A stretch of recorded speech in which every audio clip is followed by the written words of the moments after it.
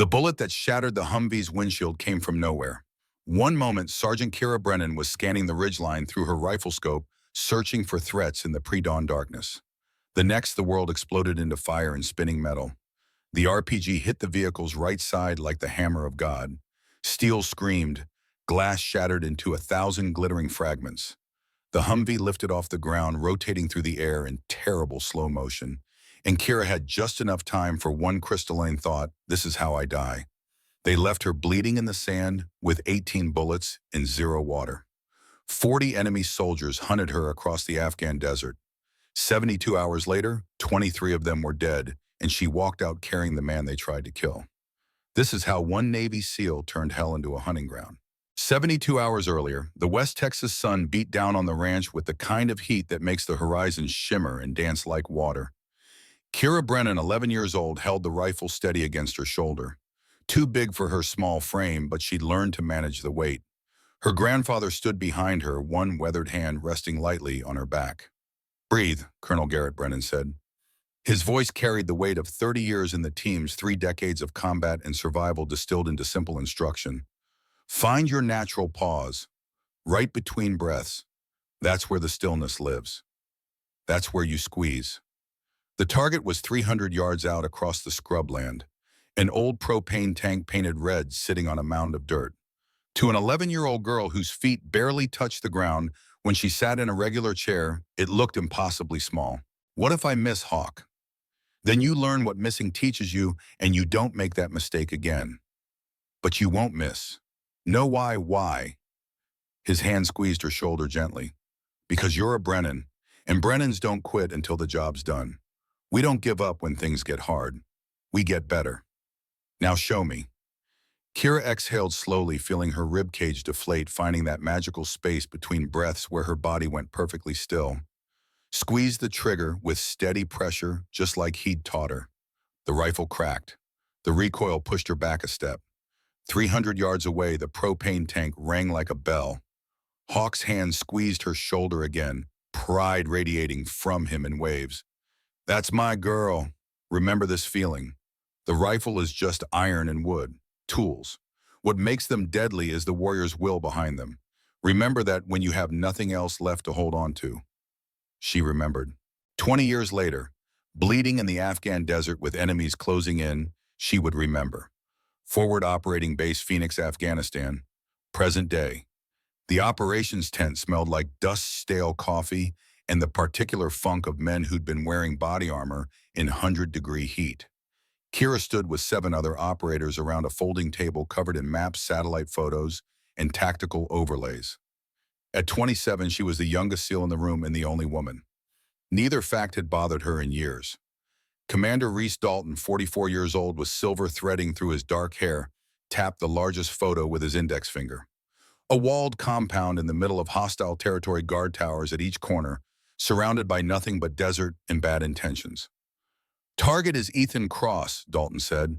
His voice had that flat professional tone that came from 2 decades of briefing dangerous missions to dangerous men. CIA intelligence officer. Deep cover for 18 months embedded with enemy forces. His identity was compromised approximately 6 hours ago. Enemy is moving him to an execution site for propaganda purposes. We extract him before that happens. Chief Boone Harris, 41 years old and built like something carved from granite by an angry god, leaned forward over the map.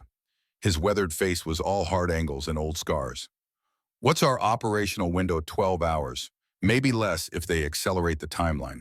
Intel indicates they're transporting him through Sector 7 at 1400 hours tomorrow. That's our intercept point." Dalton's finger traced the route on the map.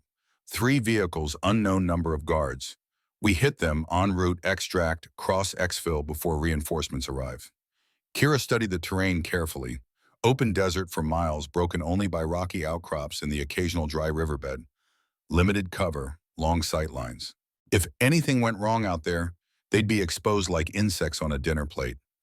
"Air support?" she asked, her voice cutting through the low murmur of the other operators discussing tactics. Dalton's jaw tightened almost imperceptibly.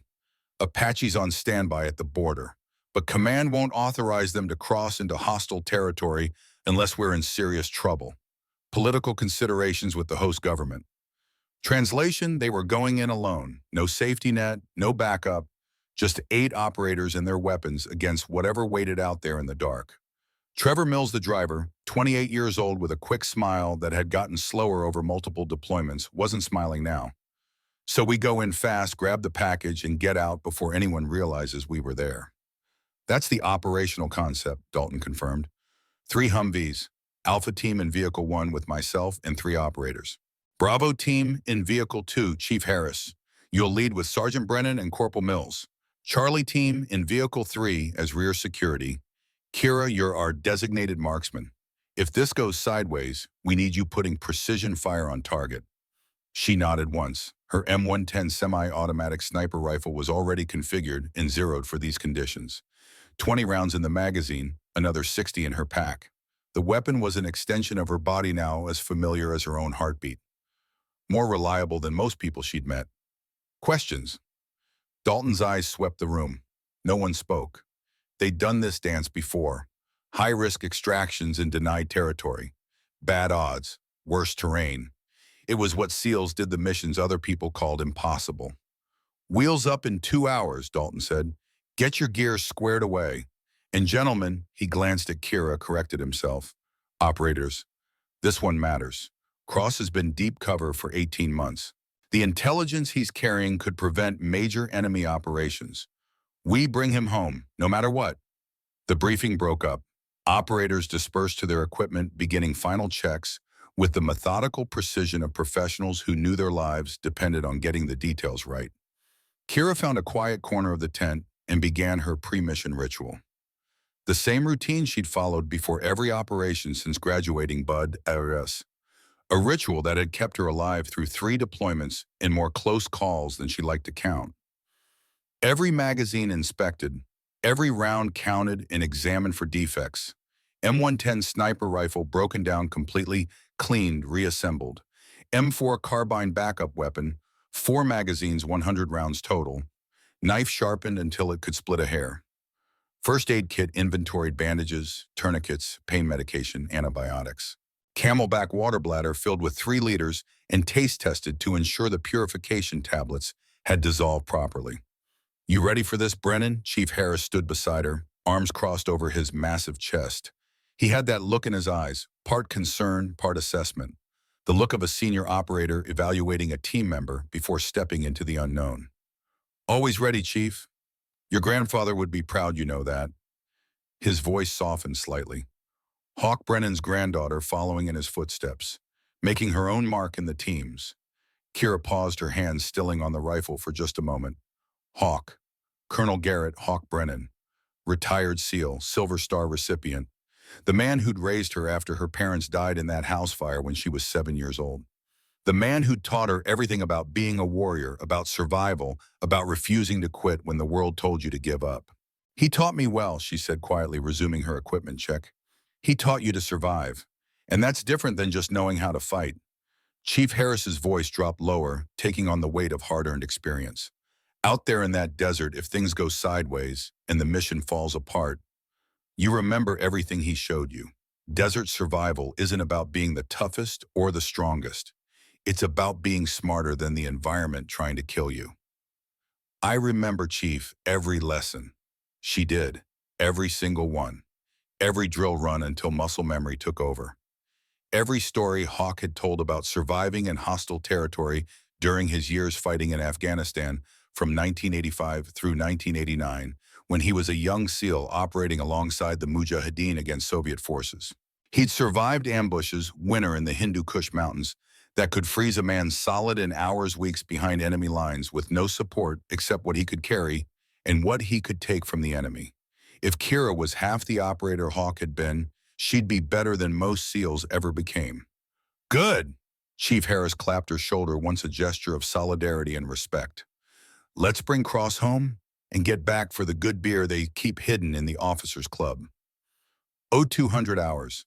The Insertion 3 Humvees rolled through the darkness like iron predators hunting across an alien landscape. No lights, just night vision goggles turning the world into shades of ghostly green. Kira rode in the middle vehicle with Chi Harris and Trevor Mills at the wheel, scanning her sector through the window, weapon ready. The Afghan desert stretched endlessly in all directions, punctuated by rock formations that looked like crouching giants frozen in stone. The terrain was deceptive. What appeared flat from a distance revealed itself up close as a series of shallow wadis, hidden depressions, and scattered boulders large enough to hide vehicles. The radio crackled with Dalton's voice from the lead vehicle. "All units comms check. Alpha good copy. Bravo good," Chief Harris responded. "Charlie good copy." 50 miles into hostile territory now. No air support, no backup, no quick reaction force standing by to pull them out of trouble. Just 8 operators and their weapons rolling deeper into Indian country with every mile. Trevor's voice came through the vehicle intercom, pitched low, but carrying that familiar gallows humor. "You know what I love about these missions? The complete and total absence of a safety net really gets the blood pumping in the morning. Better than coffee." Despite the tension coiled tight in her stomach, Kira almost smiled. Trevor was always like this, before contact jokes to cover the fear that every operator felt but none would admit. They all had their coping mechanisms. "Keep your eyes on the road and your mind on the mission," Chief Harris said. But there was warmth in his voice, the tone of a leader who understood his people. Through the window, Kira watched the terrain roll past, an endless variation of the same theme. Rock, sand, scattered vegetation that looked dead even under the best conditions. This was unforgiving country, the kind of place that killed careless people through heat and dehydration long before any enemy got the chance to shoot them. Her mind drifted back to Hawk's Ranch without permission, pulling up a memory from when she was 15. Summer heat worse than today, reaching 118 degrees by noon. Hawk had driven her 20 miles into the desert, given her a knife, a half-full canteen of water, and a map with their position marked. "Find your way home," he'd said simply. "That's it. Just find my way home." That's survival, kiddo, the real kind. Nobody's coming to save you out here. You save yourself or you die. Choose wisely. She'd walked for 18 hours straight, used the stars to navigate when darkness fell, found water in a dry creek bed by digging where the sand looked slightly darker, slightly more compacted, indicating moisture beneath the surface. Made it home, sunburned, exhausted feet, bleeding from blisters but alive and stronger for the experience. Hawk had been waiting on the porch with a cold Shiner Bock, and that rare smile of his that meant real pride. "Knew you'd make it," he'd said, handing her the beer despite her being underage. "You've got Brennan blood. We don't quit. Ever." Aero 430 hours. The target, the compound, materialized out of the pre-dawn darkness like a fortress from some medieval nightmare transplanted into the modern world. Walls made of dried mud brick and stone. Guard towers at each corner. The orange-red heat signatures of centuries visible through thermal optics, glowing like ghosts against the cool night air. Dalton's voice came through the radio, barely above a whisper despite the encrypted channel. "All units hold position. Wait for my mark." The 3 Humvees stopped half a mile out, engines idling soft as sleeping cats. Through her rifle scope, Kira counted guards methodically. 8 on the walls, moving in predictable patrol patterns. 2 in each tower, 1 scanning, 1 probably smoking or fighting sleep. More inside the building, certainly. 20 enemy combatants, total maybe 25 if they were at full strength. 8 SEALs against 25 hostiles. Odds she'd take any day of the week. "Alpha Team, you're on breach," Dalton transmitted. "Bravo maintains security on the vehicles. Charlie, your immediate backup. We go in quiet. Suppressed weapons only until someone sounds an alarm. Mark in 30 seconds. Execute." Alpha Team moved like shadows given human form. 4 operators crossing open ground in tactical formation without making a sound louder than wind over sand. Kira watched through her scope, tracking their movement, ready to provide overwatch fire if needed. They reached the wall, up and over with practiced efficiency. Disappeared inside the compound like ghosts passing through solid matter. Seconds ticked by, each one feeling like an hour compressed into heartbeats. A suppressed rifle coughed softly. Once. Twice. Guards dropping from towers without making a sound, killed so efficiently they never knew they were under attack. More movement inside the compound, barely visible through the windows of the main building.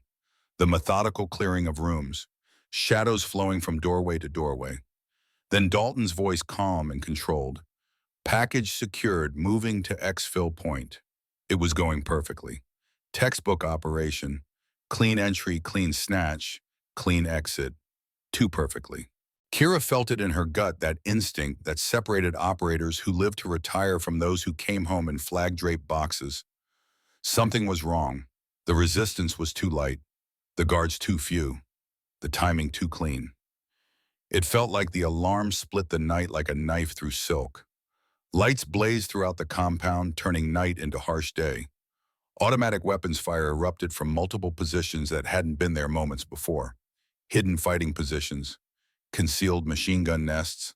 The careful silence shattered into chaos and violence. All units, we are compromised. Alpha Team, get to the vehicles now. Dalton's voice had shifted from calm to controlled urgency. Muzzle flashes lit up the compound walls like strobing lightning. Tracers arcing through the darkness, drawing bright lines of death. The SEALs were fighting their way out, returning fire, moving fast but not panicked. Trevor already had the Humvee in gear, engine growling.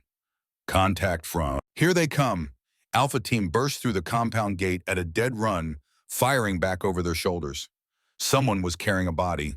Ethan crossed the HVT, either drugged or injured, unable to walk on his own. They reached the vehicles in a controlled sprint, piled in, and the convoy was moving before doors even slammed shut. Go, go, go, Chief Harris shouted. The three Humvees roared away from the compound, accelerating hard across the desert floor. Behind them, the entire village was waking up. More lights blazing, more weapons fire, and worse, the distinctive sound of vehicle engines starting. Pursuit vehicles mobilizing. Dalton's voice on the radio, tight with controlled urgency. All units, we have enemy forces mobilizing behind us. Multiple vehicles in pursuit. Stay tight, stay fast, and punch through any resistance. We're going. His voice cut off abruptly. A flash of light on the road ahead. Brilliant. Blinding. Then the world exploded. The kill zone. The IED detonated directly under the lead Humvee's front axle. The explosion lifted the entire 3-ton vehicle off the ground like a child's toy, flipping it sideways through the air. It crashed down hard on its still moving forward on momentum, grinding across the desert floor in a shower of sparks. IED, we're in a kill zone, Dalton's voice strained but functional. And suddenly they were. The enemy hadn't just found them. The enemy had been waiting, had known they were coming, had prepared an ambush with professional precision. This wasn't a compromised mission. This was a planned trap. Rocks on either side of the narrow valley erupted with muzzle flashes, turning the darkness into a strobing hell. RPG teams, machine gun positions. A perfectly executed L-shaped ambush designed to catch them in a crossfire with no cover and nowhere to run except through the kill zone. All units punch through. Dalton ordering the convoy to maintain momentum, the only way to survive an ambush fight, through to the other side. Trevor yanked the wheel hard right, trying to avoid incoming fire. An RPG streaked past Kira's window so close, she felt the heat through the armored glass. It impacted behind them, the blast wave rocking the Humvee on its suspension. Above them, the vehicle-mounted machine gun opened up, Chief Harris hammering rounds at the enemy positions with controlled bursts. Brass casings rained down inside the cabin, hot and smoking. Another RPG launched from the rocks. This one didn't miss. The impact hit the right side of the Humvee like the fist of an angry god striking mortal flesh. Metal tore with a shriek. Glass exploded. The entire world went sideways, physics and gravity losing all meaning. Kira had one moment of perfect clarity, seeing Trevor's face, eyes wide with surprise and fear, mouth open in a scream she couldn't hear over the roar of destruction, and then physics reasserted its authority with brutal force. The Humvee was airborne, rotating, flipping through space. Kira's harness kept her in the seat, but everything loose became a projectile. Equipment bags, ammunition cans, water bottles, all of it flying like shrapnel through the cabin. The vehicle hit the ground on its side, bounced, rolled again, and again, tumbling down into a ravine, gaining momentum, metal screaming and tearing. Impact. Her head cracked against something solid and unyielding. The turret mount maybe, or the armored doorframe. Stars exploded across her vision like fireworks. The world went dark at the edges, consciousness threatening to flee. The Humvee came to rest on its side at the bottom of the ravine with a final grinding crunch of metal. For a long moment there was only silence. Not real silence, her ears were ringing too badly for that, a high-pitched whine that drowned out everything else. But the absence of comprehensible sound, the space between disaster and consequence. Then survival training took over muscle memory stronger than conscious thought. Check for injuries. She moved her fingers, moved her toes, turned her head despite the pain. Everything worked. Nothing felt broken, though her left side was screaming with deep pain that suggested serious bruising at minimum. Find your weapon. Her M110 sniper rifle was gone, probably crushed under the vehicle or lost during the tumble. But her M4 carbine backup weapon was still attached to its sling across her chest. 4 magazines on her vest. 100 rounds total. Orient yourself. The Humvee was on its side. She was hanging in her harness. Needed to get out before something caught fire or the enemy found her. Where was the team, Chief? Her voice came out hoarse, damaged. Trevor. No answer except the ringing in her ears. Kira kicked at the window, already shattered from the impact. Pulled herself through, emerging into smoke-filled darkness. The ravine was maybe 30 feet deep, steep walls on both sides. The Humvee was a crumpled wreck, barely recognizable as a vehicle anymore. Trevor Mills was still in the driver's seat, not moving. His neck was bent at an angle that physics and biology never intended. Dead. Killed instantly in the crash, probably never felt a thing. Chief Harris was gone. Either thrown from the vehicle during the rolling impacts, or he'd climbed out or didn't and moved to cover. She couldn't see him anywhere in the smoke and dust. Above on the road, engines roared. The sound of the other 2 Humvees still moving, still fighting. They were punching through the ambush, following protocol. Standard operating procedure was clear: you don't stop in a kill zone. You fight through to safety, get out of the immediate danger area, then assess and plan recovery operations.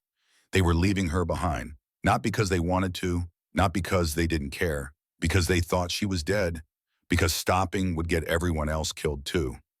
Kira tried her radio, pressed the transmit button with shaking fingers. Bravo 2 to any station. I'm alive. I'm mobile. I'm nothing. Static. The radio was dead smashed between her body and the vehicle's interior during the crash, crushed into expensive junk. The engine sounds faded into the distance. The gunfire became sporadic, then stopped entirely as the convoy broke through the far side of the ambush. The other Humvees had punched through successfully. They were gone, racing towards safety. And Kira was alone. She did a quick tactical inventory, forcing her mind to work through the pain and the shock. Her camelback water bladder ruptured the puncture, obvious 3 liters of precious water already soaking into the sand beneath her boots. No radio capable of transmitting. No sniper rifle. Just her M4 carbine, 4 magazines of ammunition, a knife, and a small first aid kit. And enemies. Lots of enemies closing in to check for survivors. She could hear vehicles approaching the crash site. The ambush team was moving in to finish the job, to confirm kills, to search for intelligence, or take prisoners. Kira didn't panic. Panic was a luxury for people who had time and options. Instead, she did what Hawk had drilled into her, through hundreds of hours of training, in the Texas desert, through scenarios run until they became instinct. Analyze the tactical situation. Accept reality as it exists, not as you wish it to be. Adjust your plan to match your actual capabilities and resources. Then act decisively based on that analysis. Her situation was bad, objectively terrible. But it wasn't hopeless. Not yet. She was injured but mobile. Armed but low on ammunition. Isolated but not helpless. And she had skills that most people, even most soldiers, didn't possess. Skills Hawk had spent 20 years teaching her. She needed to move immediately, before the enemy reached the crash site and found her alive. Kira started climbing out of the ravine, using rocks and scrub brush for handholds. Every movement sent pain lancing through her left side, sharp and insistent. Something was cracked or badly bruised there. Ribs probably, but she could move, and movement was survival. She reached the top of the ravine and kept going, putting distance between herself and the wreckage. The terrain here offered more than it appeared at first glance. Rock outcroppings provided cover and concealment.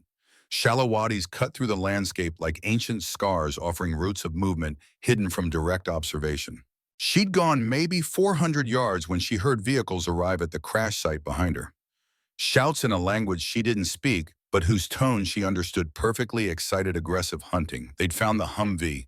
They were searching for survivors. Kira kept moving, staying low, using every bit of terrain to her advantage. The sky was starting to lighten in the east, pink and gold creeping over the horizon. Dawn was coming, with it the heat. In a few hours, this desert would be a furnace reaching 115 degrees or more. And she had no water. The situation was getting worse by the minute. She found a cluster of rocks large enough to hide behind and collapsed into the shade they offered. For the first time since the ambush, she let herself stop moving, let herself assess the full extent of the damage. Her head was bleeding from a cut above her left eye, blood crusting on her face. Her ribs on the left side were badly bruised, every breath sending spikes of pain through her chest. Her hands were scraped raw from climbing out of the ravine. Minor injuries, all of them. Painful but not life-threatening. But she was alive. Trevor Mills wasn't. Chief Harris's status was unknown, thrown from the vehicle, possibly injured or dead somewhere in that ravine. The rest of the team had gotten away, punched through the ambush successfully, but they thought she was dead. Recovery teams wouldn't come looking for a body not in hostile territory, 50 miles from friendly lines, not without solid confirmation. She was on her own, truly, completely alone. Kira pulled out her small first aid kit, used gauze to clean and bandage the head wound as best she could, wrapped her ribs with an elastic bandage, knowing it wouldn't help much, but doing it anyway because doing something felt better than doing nothing. Then she took stock of her tactical situation with cold professional assessment. No water. That was the most immediate life-threatening problem. In this heat with physical exertion, she had maybe 12 hours before dehydration incapacitated her. 24 hours before it killed her. That was her hard deadline. No communications. She couldn't call for help. Couldn't let anyone know she was alive and needed extraction. For all practical purposes, she might as well be on another planet. Limited ammunition. 100 rounds sounded like a lot, but in sustained combat against superior numbers, she could burn through that in minutes. Every shot would have to count. Every engagement would have to be on her terms and at ranges and times she chose. But she had advantages too, important ones that could keep her alive if she was smart. She was a SEAL, trained specifically in escape and evasion. Expert in desert survival, thanks to Hawk's relentless, borderline obsessive teaching throughout her childhood and teenage years. She understood this terrain in ways the enemy didn't, could read the landscape like a book written in sand and stone. She was alone, which meant she could move fast, hide easily, strike unexpectedly without worrying about coordinating with a team. And most importantly, they thought she was just one scared, isolated American. Easy prey. A wounded animal to be hunted down and finished off. They had no idea who they were dealing with. No idea what Garrett Brennan had spent 2 decades teaching his granddaughter about surviving in places that wanted you dead. A memory surfaced clear and sharp. Hawk during one of their survival training sessions in the Texas desert. She'd been 17, exhausted from 3 days of minimal sleep and even less water, starting to break down mentally. "What do you do when you're outnumbered and outgunned?" he'd asked, sitting beside her in the shade of a rock outcropping. "Run and hide." "No, running means they chase you on their terms. Hiding means you're waiting to die." His eyes had been hard, uncompromising. "You make them more afraid of you than you are of them. You become the predator instead of the prey. In denied territory, conventional thinking says you're already dead. So you might as well make them pay the highest price possible for killing you. Make them regret ever finding you." Kira pulled out her knife, checked the edge, still razor sharp. She chamber-checked her M4 carbine, round in the chamber, safety on, ready to go, 4 magazines, 100 rounds total, and 40 enemy soldiers somewhere out there who thought they were hunting her. Time to teach them a different lesson about who was hunting whom. Hour 6, first priority. The sun climbed higher, and with it came the heat. Already past 100 degrees and still rising. Kira could feel it like a physical weight pressing down on her, could feel her body trying to regulate temperature through sweat she couldn't afford to lose. Water. She needed water before anything else, before tactics or planning or revenge. Without water, everything else was meaningless academic exercise. From her position in the rocks, she studied the terrain with tactical precision. The landscape here was deceptive. What looked like barren wasteland to untrained eyes was actually full of life if you knew where and how to look. Desert plants adapted to survive. Animals that came out at dawn and dusk. And where there were plants and animals, there was water. Hidden, yes. Underground, certainly, but present. 2 miles northeast, she could see a darker line cutting across the sand and rock. A dry riverbed, what the locals called a wadi. Stream beds like that often held water beneath the surface, even when they looked bone dry on top. Hawk had taught her that, had made her dig dozens of holes in dry creek beds until she learned to read the subtle signs. But between here and there was open ground, and the enemy was organizing a systematic search. Through a gap in the rocks, Kira watched them deploying. 6 vehicles spread out in a loose search pattern, moving slowly, stopping periodically to scan the area with binoculars. They were professional about it, methodical, not the undisciplined militia she'd hoped to face. She counted approximately 35 soldiers visible. They had the numbers. They had the vehicles and mobility. They had water and supplies and support. All she had was knowledge, skill, and absolute determination not to die in this desert. Kira waited patient as a stone until the search pattern created a gap between vehicles. Then she moved. Not running, that would attract attention faster than gunfire. Just steady, purposeful movement from cover to cover, using every rock and depression in the ground, every slight fold in the terrain. It took her 3 hours to cover 2 miles. 3 hours of careful movement, frequent stops to observe and listen, constant awareness of enemy positions. By the time she reached the dry riverbed, her mouth felt like cotton. Her head was pounding with the early stages of heat exhaustion. Her vision was starting to blur at the edges. The crash had taken more out of her than she'd realized, and the heat was accelerating the decline. The wadi looked completely dry, just sand and rocks and dead vegetation that crumbled to dust at a touch. But Hawk had taught her to look deeper, to read what the surface tried to hide. She found a spot where the sand looked slightly darker than the surrounding area, slightly more compacted. That indicated moisture beneath the surface water table closer to ground level. Using her knife in her bare hand, she started digging. 1 foot down, dry sand. 2 feet down, slightly damp sand, darker in color. 3 feet down, water began seeping into the hole. Slowly at first, then faster. It was brackish, muddy, probably full of bacteria and parasites. But it was life itself flowing into that hole. Kira pulled the Shima tactical scarf from her pack and used it as a filter, straining out the worst of the sediment and particulates. Then she drank, slowly, carefully, letting her body absorb the moisture rather than gulping it down and making herself sick. It tasted like minerals and dirt and salvation. She refilled her damaged Camelback reservoir with as much water as it could still hold through the puncture-added purification tablets from her first aid kit.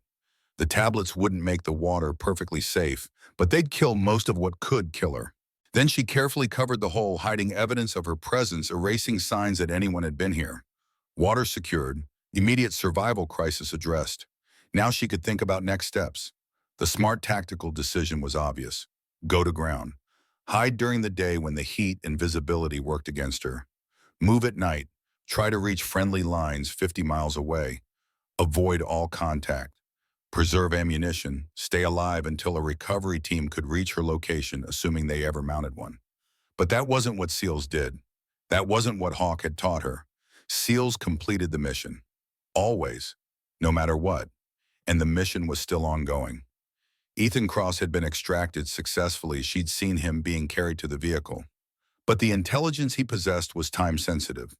The enemy would be moving assets, changing positions, trying to counter whatever information had been compromised by his capture. If Kira could disrupt that process, create chaos, destroy resources, tie down enemy forces, she could buy time for the intelligence to be properly exploited. She could force them to focus on the threat in their backyard instead of projecting power elsewhere. It was high risk, maybe suicidal, but it was the tactically correct decision. She would become the ghost in their operational area, the threat they couldn't pin down or predict, the nightmare that kept them looking over their shoulders instead of focusing on their missions. Hawk's words echoed in her mind one more time. Make them more afraid of you than you are of them. Time to start hunting. Hour 12. First blood. Kira had been watching the enemy patrol for 90 minutes now, studying their movements, their patterns, their discipline or lack thereof. 4 soldiers, 1 technical truck with a mounted machine gun. They'd stopped in what little shade a rock outcropping provided, taking a break from searching in the brutal afternoon heat. Sloppy. dangerously, fatally sloppy. They'd put down their weapons, gathering them in one place instead of keeping them readily accessible, grouped together in a cluster instead of maintaining proper dispersal. The machine gunner had actually climbed down from his position to join them, leaving the weapon unmanned. They were drinking water, talking, focused entirely on their own discomfort. No security, no vigilance. Just four tired men seeking relief from heat that felt like standing inside an oven. They were 600 yards from Kira's observation position, too far for a shot with her M4 carbine. She began to move, beginning the stalk. The approach took another hour. Every movement was calculated and deliberate, every step carefully placed. Using the terrain rock's depressions, the heat shimmer itself to mask her advance. Moving when their attention was elsewhere. Freezing absolutely still when they looked in her general direction. It was like hunting, which was exactly what it was. Patient, methodical, professional. By the time she was in position 150 yards out, elevated slightly, with clear fields of fire and solid cover, they still hadn't noticed her, hadn't felt the predator's eyes on them. Kira settled behind a rock that provided a natural shooting rest, pulled her M4 carbine tight into her shoulder, controlled her breathing, slowing her heart rate deliberately. 4 targets, she ran the calculations with cold precision. Target priority dictated by threat level, the soldier closest to the truck-mounted machine gun first, he could reach it fastest and bring devastating firepower to bear. Then the one who looked like the leader, standing slightly apart with a radio on his belt. Then the other two, in whatever order presented itself. Fast, efficient, decisive. No hesitation. No second guessing. No mercy. Kira exhaled slowly, finding that perfect stillness Hawk had taught her to find 20 years ago on a Texas ranch. That space between heartbeats where the world went silent and time stretched out like warm honey. She squeezed the trigger. The M4 cracked 4 times in rapid succession. Controlled pairs to center mass exactly as trained. Double tap each target to ensure they went down and stayed down. 8 rounds, 4 seconds. 4 targets neutralized. The soldier near the truck dropped first, killed before his brain could process the sound of gunfire. The leader went next, radio falling from his hand. The other 2 barely had time to register confusion before they fell. Kira waited, weapon trained on the truck, watching for any movement, ready to engage again if needed.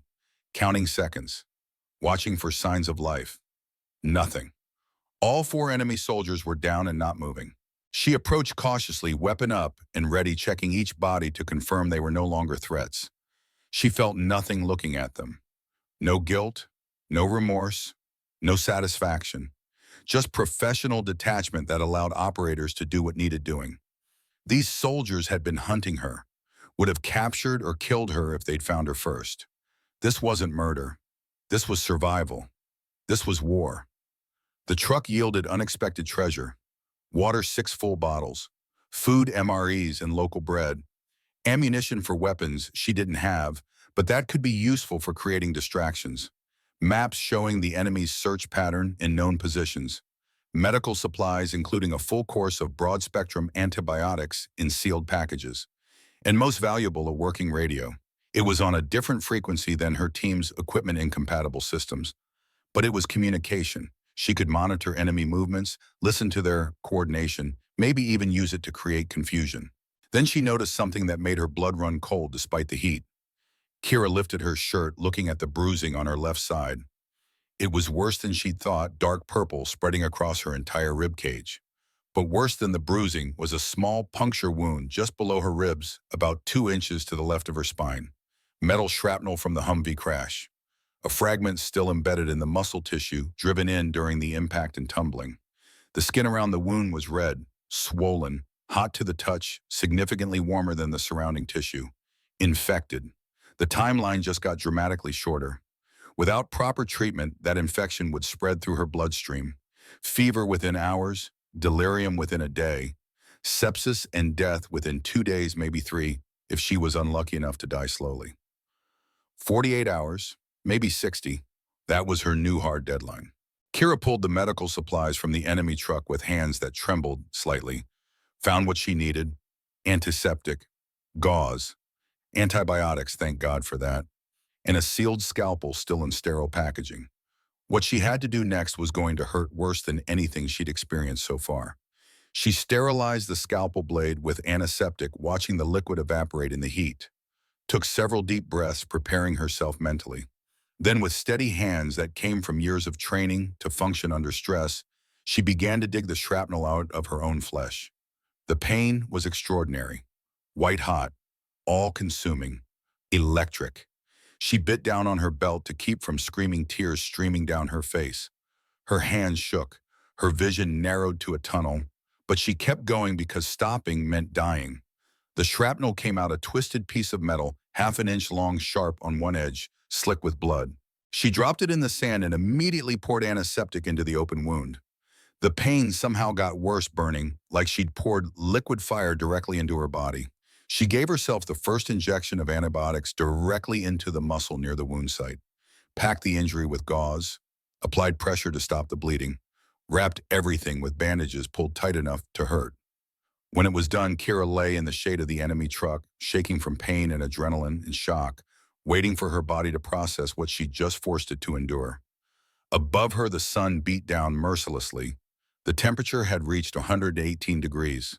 She'd been alone in hostile territory for 12 hours, had covered maybe 8 miles total, had killed 4 enemy soldiers in her first engagement, had secured water supplies and medical treatment, had treated her own infected combat wound with field expedient surgery.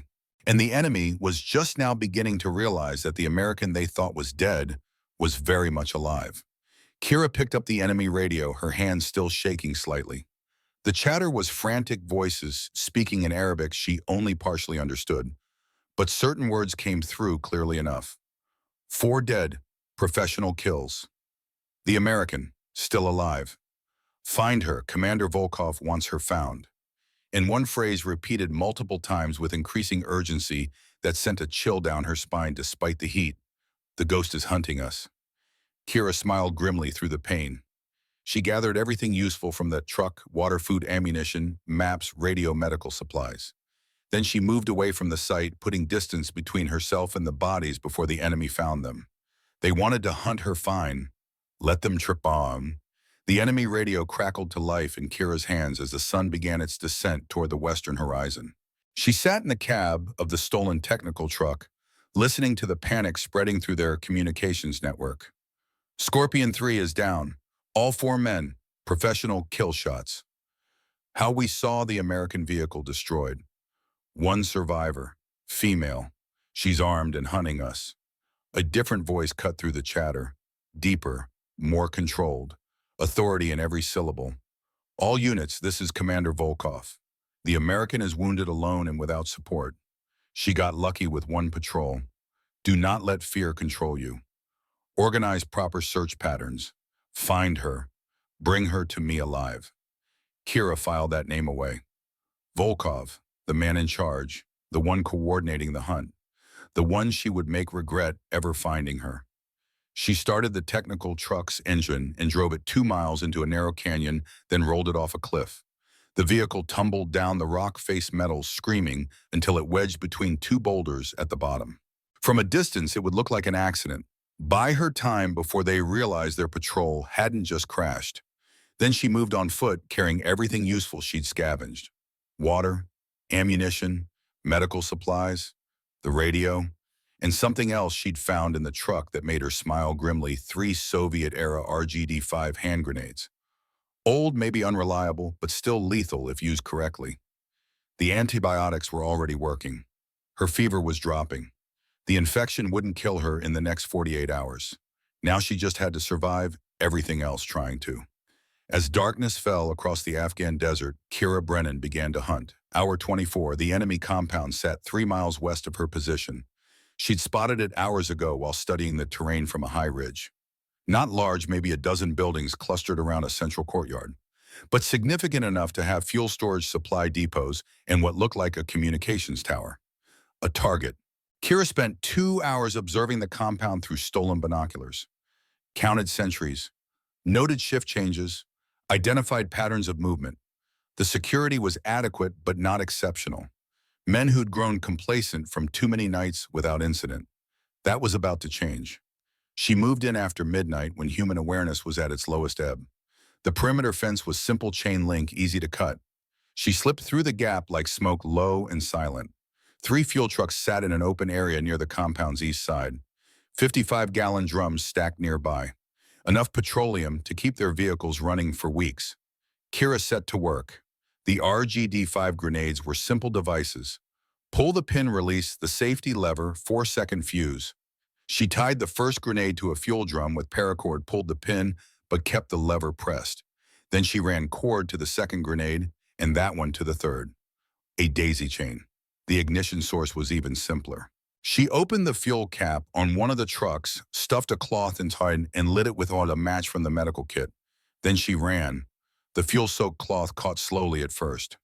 Kira was 200 yards away, back outside the perimeter, when the truck's fuel tank ignited. The explosion was massive, a mushroom of orange fire that lit up the night like a small sun. The grenades went off 3 seconds later. Then the fuel drums. Then the other 2 trucks. The compound erupted into chaos, men running, shouting, trying to organize firefighting efforts while also scrambling for weapons, because this wasn't an accident, this was an attack.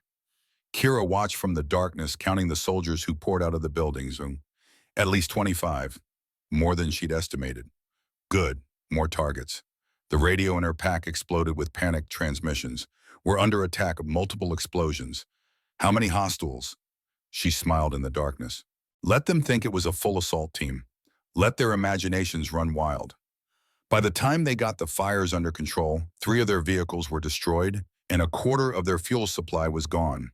And Kira was already moving to her next target. Hour 36, dawn found her 5 miles from the burning compound, positioned on a ridge overlooking a dirt road. According to the map she'd taken from the first patrol, this road was the main supply route between the compound and forward positions. Traffic would be heavy, especially now with the compound scrambling to recover from last night's attack. She didn't have to wait long. 2 trucks appeared in the distance, raising dust plumes. They were moving fast, not expecting trouble. The lead truck had soldiers in the bed, weapons visible. The second truck looked like supplies tarps covering cargo and back. Kira settled into a firing position behind a rock outcropping. 400 yards of clear line of sight. The road below made a slight bend around a boulder, forcing vehicles to slow. She'd take the lead truck's driver first. The vehicle behind would crash into it or swerve. Either way, chaos. Then she'd engage targets of opportunity until they got organized enough to return effective fire. Simple, clean, brutal. The trucks reached the bend.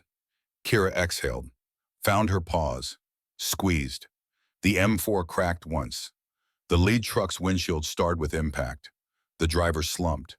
The truck veered hard right, momentum, carrying it off the road and directly into the second vehicle.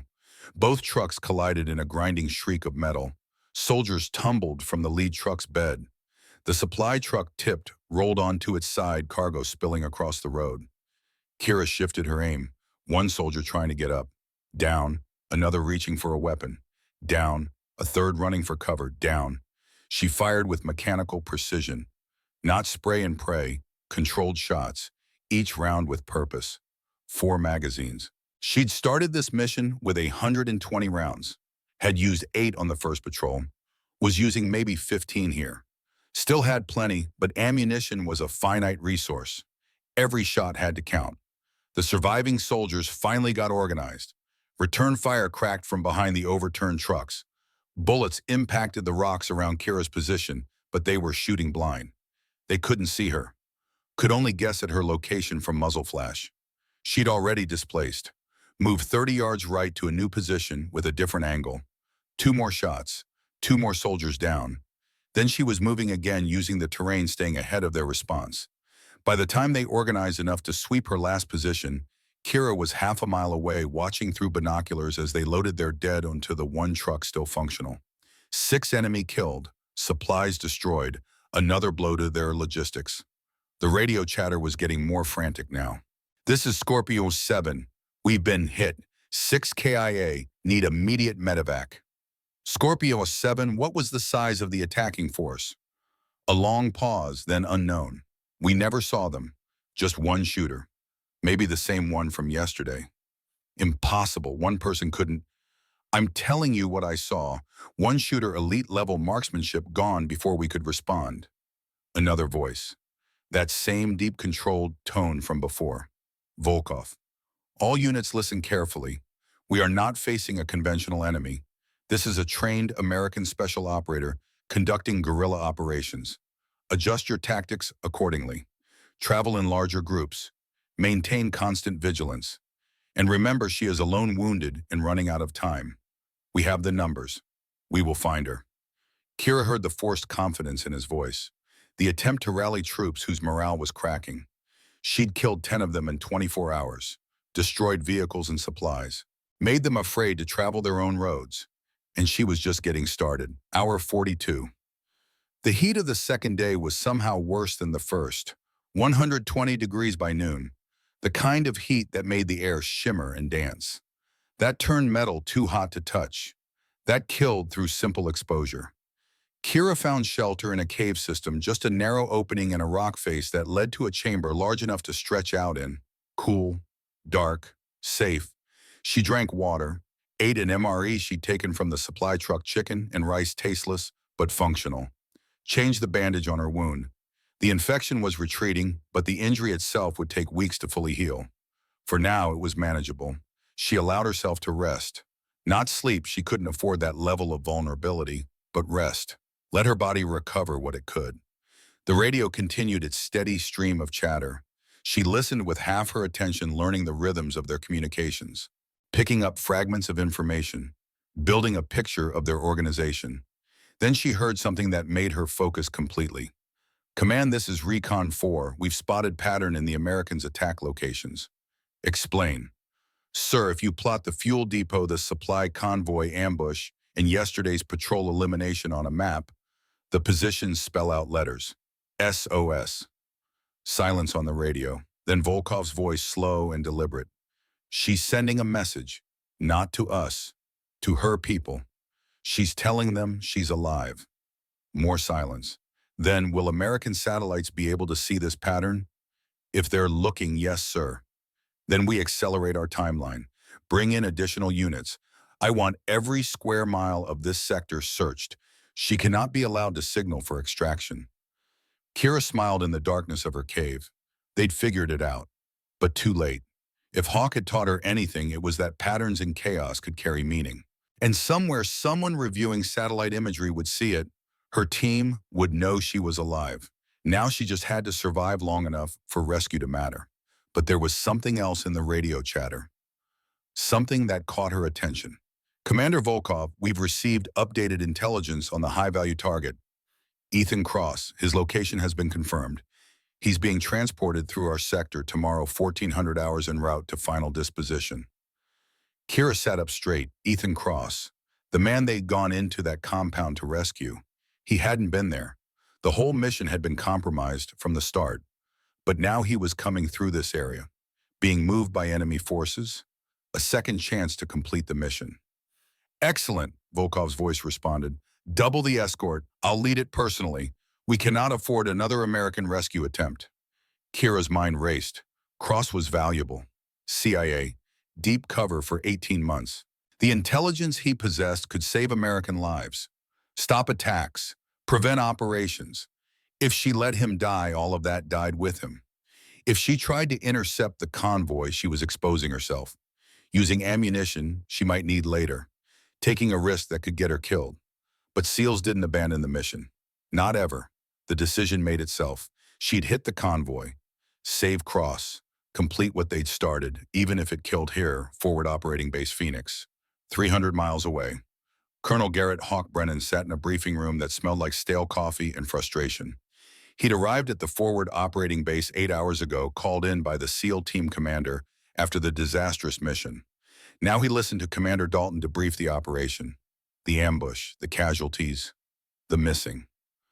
Sergeant Kira Brennan is listed as killed in action, presumed, Dalton said. His voice was professional, but Hawk could hear the weight behind it. Her vehicle took a direct RPG hit, rolled into a ravine. We found one confirmed KIA at the site, Corporal Mills. No sign of Chief Garrett or Sergeant Brennan. No bodies means they're not dead, Hawk said. His voice had that hard edge it got when he was controlling strong emotion. What about recovery? Sir, the crash site is 50 miles into hostile territory, Enemy forces are active in the area. We'd need to send in a full recovery team, and for what to retrieve remains to bring my granddaughter home. The room went silent. Everyone knew about the relationship between Hawk and Kira, the legendary SEAL who'd raised and trained his granddaughter to follow in his footsteps. A young intelligence officer cleared his throat. Sir, there's something else. Satellite imagery has picked up unusual patterns. He pulled up images on the screen. Enemy positions marked over a 48-hour period. Viewed individually, they looked random. But when overlaid on a single map, clear letters emerged. SOS. This could be coincidence, the intelligence officer said. But these positions correspond to reported enemy casualties.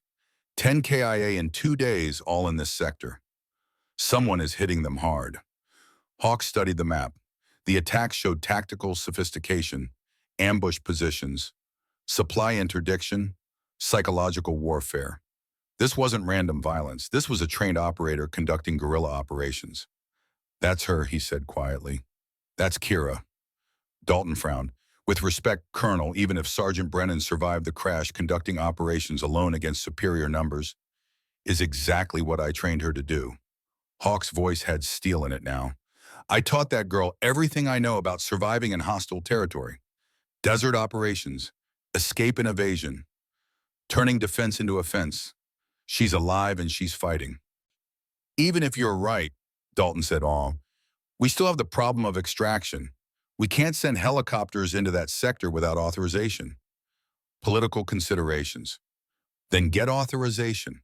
It's not that simple. Make it that simple. Hawk stood all 6 feet 2 inches of him, voice dropping to that command tone that had ordered men into combat for 30 years. That operator is alive behind enemy lines and sending us a signal. We don't abandon our people. Ever. I don't care what political considerations are involved. Find a way. The room remained silent. Then the base commander, Captain Mitchell, spoke up. There's one more thing. We've received intelligence that Ethan Cross, the original HVT, is being transported through that same sector tomorrow at 1400 hours. High-value convoy. If we were to authorize a rescue operation for Cross, we could extract Sergeant Brennan at the same time, Hawk finished. He locked eyes with Mitchell. Make it happen, Captain, whatever it takes. Mitchell nodded slowly. I'll make some calls. But Colonel, if we authorize this, if we send birds into hostile territory, we're committing to the operation. No turning back, and the man leading that convoy, his name is Volkov, former Soviet Spetsnaz, very dangerous. Hawk's expression didn't change, but something flickered behind his eyes. A memory, old pain. I know who Volkov is, he said quietly. We've met before. Hour 52. Kira found the perfect ambush site 6 miles from her cave. A narrow valley where the road was forced between high rock walls. Limited visibility. No way for vehicles to maneuver. A natural kill zone. She had 12 hours before the convoy would pass through. Time to prepare. First, she positioned her stolen grenades. The RGD-5s went into shallow holes she dug in the road covered with thin layers of sand. Pressure-activated improvised explosives.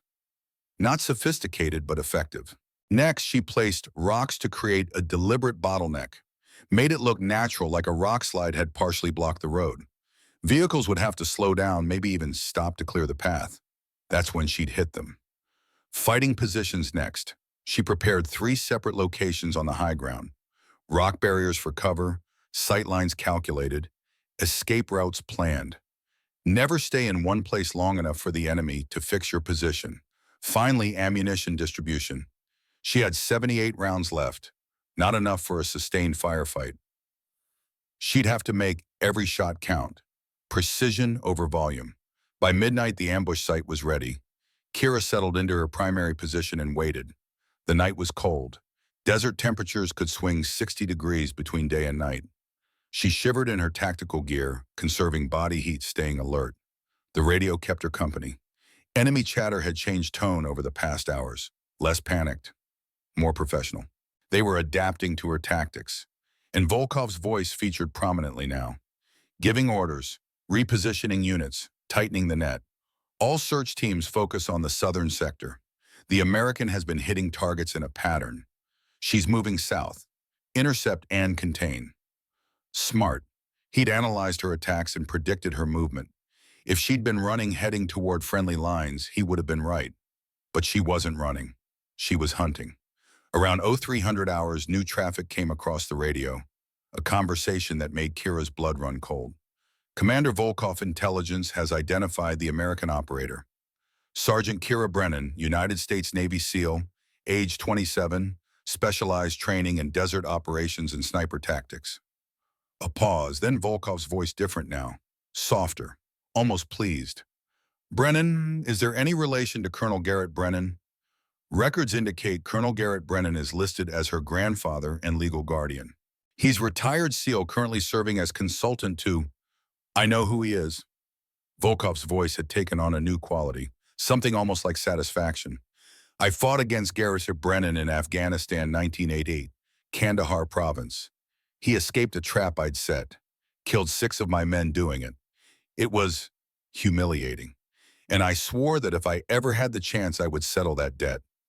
Kira's hands tightened on her rifle. And now his granddaughter fallen into my hands. Fate has a sense of poetry. When we capture her, and we will, I want her kept alive, long enough to send a message to her grandfather. Let him know that his bloodline paid for his sins. The radio went silent. Kira sat in the darkness processing what she just heard. This wasn't just about her anymore. Volkov wasn't hunting a random American operator. He was hunting Hawk's legacy. This was personal for him. Fine, it was personal for her too. She checked her M4 carbine one more time. 78 rounds. Against how many enemies the convoy would be heavily guarded? Volkov would be there personally. Maybe 20-30 armed soldiers. Impossible odds. But Hawk had taught her something else back when she was learning to shoot. She'd missed a target at 300 yards, gotten frustrated. Impossible just means nobody's done it yet, he'd said. You're a Brennan. We specialize in impossible. Dawn came slowly, pink and gold, spreading across the eastern sky. The heat would build again soon. But for now, in the cool morning air, Kira felt something she hadn't felt since the Humvee crashed. Hope. Her team knew she was alive. Rescue was possible. She just had to survive long enough. And before that, she had one more mission to complete. The hours crawled past. Kira stayed in position, barely moving, conserving energy, drinking water, eating the last of her stolen MREs, staying ready. At 13:45 hours, dust appeared on the northern horizon. The convoy was coming. Kira pressed herself flat against the rocks, slowed her breathing, became part of the landscape. 3 vehicles materialized from the dust. Technical trucks, all of them. Machine guns mounted, soldiers visible in the beds, moving in tight formation, alert and ready. Professional. Through her rifle scope, Kira counted personnel. 15 visible soldiers, probably more inside the vehicles. And there in the middle truck, a prisoner. Hands bound, head covered with a black hood. Ethan Cross. The mission. The convoy slowed as it approached the rock slide in the road. Just as she'd planned, the lead vehicle stopped completely. Soldiers climbed out to assess the obstacle. Kira's finger found the trigger. Then a 4th vehicle appeared, coming fast from behind the convoy. Larger, more heavily armored. It pulled up alongside the middle truck and a man stepped out. Even from 400 yards away, even without a positive identification, Kira knew who it was. Volkov.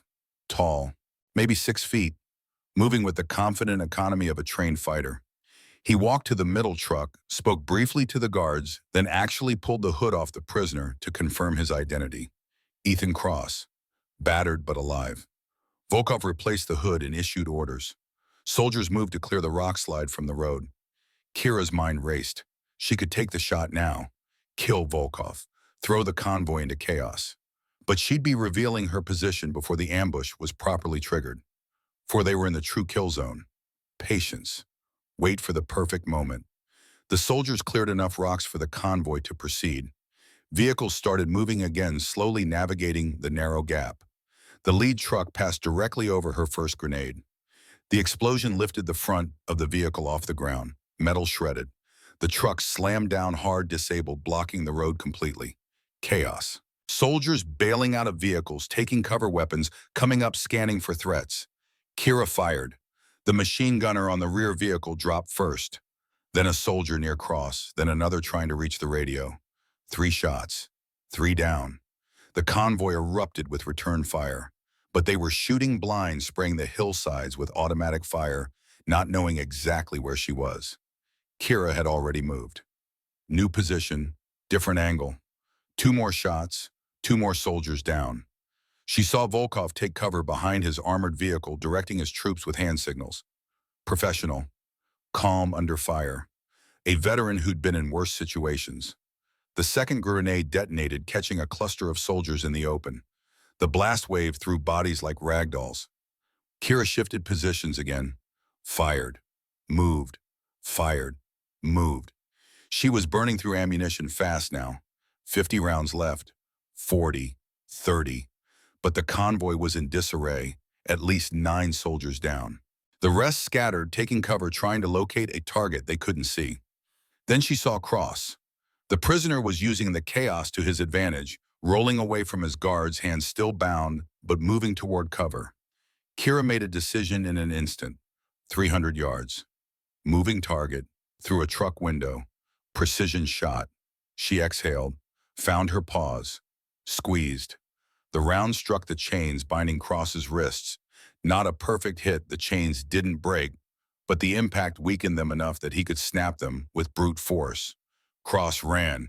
Kira provided covering fire, forcing soldiers to stay down while the CIA officer sprinted for the rock walls. Separate teams. Volkov's voice cut through the chaos. Half pursue the prisoner, half find the shooter, go. Soldiers split up, some chasing Cross, others advancing on Kira's last known position. She was down to 20 rounds. Time to move.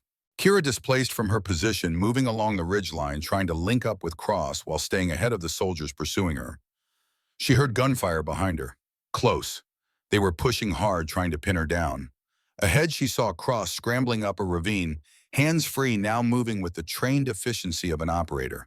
She caught up to him in a narrow canyon, both of them breathing hard. "Who the hell are you?" Cross gasped. "Your extraction," Kira replied. "Move, they're right behind us." "There's 20 of them, and 2 of us." "Then we better not miss." They ran deeper into the canyon system, Volkov's soldiers in pursuit. And somewhere behind them, on the radio, Kira had left at her ambush position. Volkov's voice echoed through the rocks. "Kira Brennan, granddaughter of Garrett Brennan. I know who you are now. I know your bloodline. Your grandfather humiliated me once, escaped my trap in 1988. I swore I would have revenge, and now fate delivers you to me. Surrender and I'll make it wicked. Run and I'll make you suffer for his sins before you die." Kira and Cross locked eyes. He'd heard it too. "He wants you specifically," Cross said. "This is personal for him." "Yeah," Kira replied, checking her ammunition. 18 rounds left. "It's personal for me too." They kept moving deeper into the canyon, enemy forces closing in from behind. The hunt had become a race, and somewhere 300 miles away, Hawk was boarding a helicopter, calling in every favor from a 40-year career burning bridges he'd never rebuild, coming for his granddaughter. The final confrontation was building like a desert storm on the horizon, and when it broke, only one side would walk away. The canyon walls pressed in from both sides like the jaws of a stone trap. Kira and Ethan Cross moved through the narrow passage boots, sliding on loose rock lungs, burning from exertion and heat. Behind them, the sound of pursuit grew louder. Voices. Equipment rattling. The methodical advance of trained soldiers who knew they had their prey cornered. Kira checked her ammunition for the 3rd time in 5 minutes. 20 rounds, against at least 15 enemy combatants. The math was simple and unforgiving. Cross was keeping pace, moving with the efficient economy of someone who'd been through more than just CIA training. Probably military background before the agency recruited him. He was late 30s, lean and weathered from 18 months undercover. Blood crusted on his face from where they'd beaten him during interrogation. "How far does this canyon go?" he asked between breaths. "Don't know. Never been here before." "Fantastic. So we're running blind into a potential dead end. Better than staying put and dying for certain." The canyon twisted left, then right. The walls grew higher, shadows deepened. And then they reached exactly what Cross had feared. A rock wall rose 40 feet straight up, sheer, no handholds, no way to climb. The canyon had become a box, a killing ground. Cross stared at the wall, then back at Kira. His expression said everything they were both thinking. This was where it ended. Kira scanned the area with tactical precision, her mind already shifting from escape to defense. The canyon was maybe 30 yards across at this point, rock walls on three sides. The only exit was the way they'd come in, and Volkov's soldiers would be here in minutes. But there were possibilities. Boulders large enough to provide cover, a small outcropping that gave elevation and a clear field of fire back down the canyon approach. It wasn't good, but it was something. Here, she said, moving to the outcropping, this is where we make our stand. Cross followed, dropping behind the rocks beside her. He looked at her M4 carbine, then at his empty hands. Something in his posture shifted. Not resignation, readiness. You have a spare weapon. Kira pulled her knife from its sheath and handed it to him. That's all I've got. He tested the weight, the balance. A good blade. Sharp. His grip was professional, comfortable. Well, Cross said with dark humor, at least I know which end to hold. Force recon teaches you that much. So she'd been right. Marine background. That explained the movement, efficiency, the lack of panic. Kira pulled out the enemy radio and GPS beacon she'd taken from the first patrol. The radio was chattering with Volkov's voice coordinating his troops. She ignored it and focused on the GPS beacon. Small, military grade, encrypted signal. She activated it, setting it to emergency broadcast mode. The device would send her coordinates every 30 seconds to any friendly satellite overhead. If anyone was listening, if anyone cared, if rescue was even possible. Three very large ifs, but it was the only card they had left to play. What's that? Cross asked. Our Hail Mary, Kira replied. We just have to survive long enough for someone to answer the prayer. The sound of boots on stone echoed from the canyon entrance. The soldiers had reached them. Kira settled into a firing position, weapon braced against rock, breathing controlled. 20 rounds, her last 20 rounds. She ran the mental calculations. If she fired controlled pairs and every shot connected perfectly, that was 10 kills. But combat wasn't perfect. People moved. Adrenaline affected aim. Realistically, she might drop 6 or 7 before they overwhelmed her position. Not enough. But then Hawk's voice echoed in her memory. Not the rifle quote, this time she'd internalized that lesson years ago. Something different. A conversation from her last visit home before deployment. Sometimes you can't win by superior firepower. So you win by making them believe you are more dangerous than you actually are. Make them hesitate. Make them second guess. Fear is a weapon too, Kira. Sometimes the only weapon that matters. Kira raised her voice, projecting it down the canyon toward the approaching soldiers. Volkov, I know you're out there. I know you want me alive. So here's your chance. Come and take me. Silence, then his voice closer than she'd expected. Maybe 50 yards away, just beyond visual range around the canyon's last bend. Sergeant Brennan, you fight well, better than I anticipated. Your grandfather trained you expertly. There was genuine respect in his tone. But this is over. You have nowhere to go. You are wounded, exhausted, nearly out of ammunition. Surrender now, and I promise a quick death. For you and the CIA officer. Your promises don't mean much to a dead woman. Then what do you want, a warrior's death? Is that the Brennan way? Kira's jaw tightened. The Brennan way is to never quit until the mission's complete. And my mission is to get Cross out alive. So if you want us, you're going to have to come through me. And I promise you, I'll make you pay for every step. Another pause. Then Volkov's voice changed, softer, almost intimate. Your grandfather said something very similar to me once.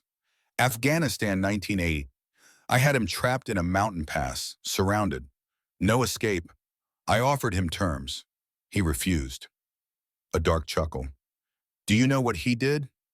He killed 6 of your men and escaped through a minefield in the dark.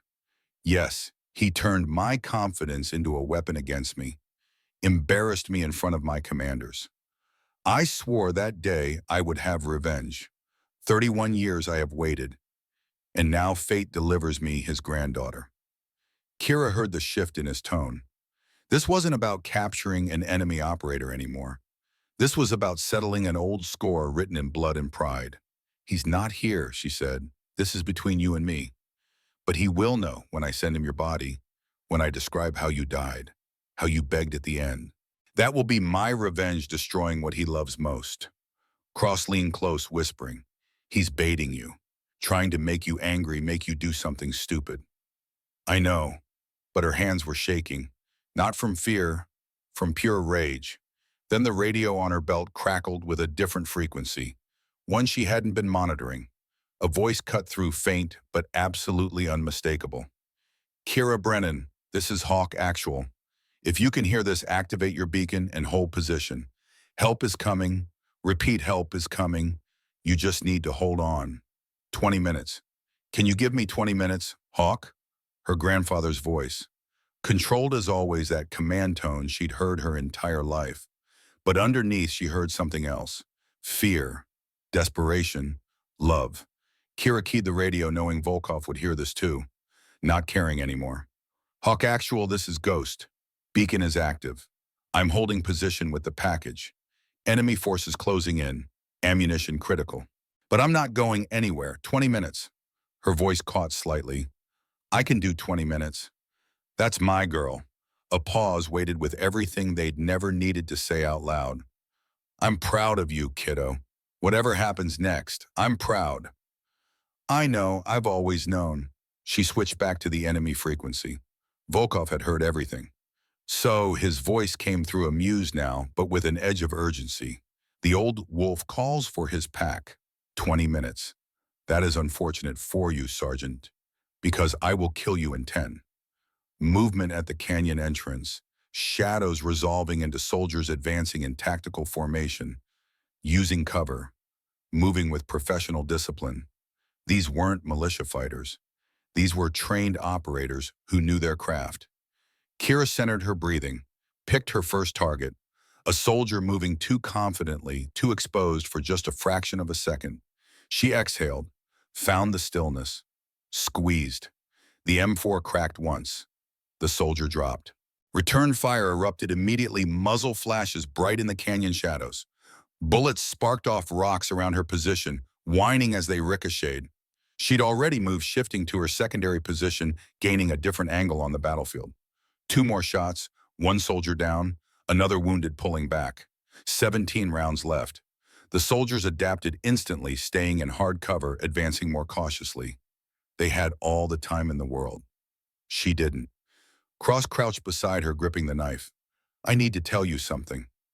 I wasn't always agency. Marine Scout sniper, 8 years before CIA recruited me. Give me that rifle and let me help." Kira hesitated only a heartbeat, then handed him the M4. 17 rounds, make every single one count. He took the weapon with the familiarity of someone who'd been born holding one. Checked the chamber with practiced efficiency, settled into position beside her with the easy confidence of a trained marksman. "What are you going to use?" he asked. Kira picked up a rock the size of her fist, then another, started gathering a small pile. "Improvisation, something Hawk taught me when I was 12. Sometimes the best weapon is the one they don't expect." Despite everything, Cross almost laughed. "You're either crazy or brilliant." SEAL, same thing. The soldiers pushed closer, moving in fire and maneuver teams. Professional, coordinated, deadly. Cross fired 3 quick shots. 1 soldier down. 2 forced back into cover. 14 rounds left. Time became elastic. Seconds stretched into small eternities. Each heartbeat was a countdown. Each breath was borrowed time, short in fractions. 11 rounds left. 8. 5. Cross fired his last round, dropped a soldier reaching for a radio, then handed the empty rifle back to Kira. "That's it. We're Winchester." "No, we're just getting creative."